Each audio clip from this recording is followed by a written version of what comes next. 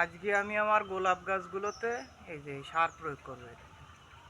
Urea এবং phosphate এই দুইটা একসাথে মিক্সড করা আছে। এই যে আমার এই ছোটো ছোটো গোলাপ গাছ, এগুলো পিপি প্যাকেট থেকে আজকে 5 দিন হচ্ছে লাগানো হয়েছে। তো দ্রুত বৃদ্ধির জন্য এই সারগুলো দেবে।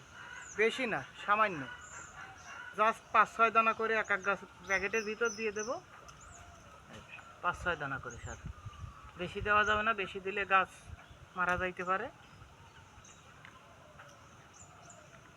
সুন্দর করে 5-6 দানা করে সার দিয়ে দেবো। এই সার দেওয়ার পরে পানি সেচ দিয়ে দেবো এবং নিচে দিয়েও পানি করে দেবো, বাঁধিয়ে দেবো, যাতে হচ্ছে কোনো রকম জলের ঘাটতি না পড়ে। তো দেখা যাক কবে ফুল আসে। অলরেডি কিছু কিছু গাছে কড়ি চলে আসছে। তো আশা করতেছি যে ফেব্রুয়ারির শেষের দিকে প্রত্যেকটা গাছেই ফুল পাবো। ধন্যবাদ সবাইকে।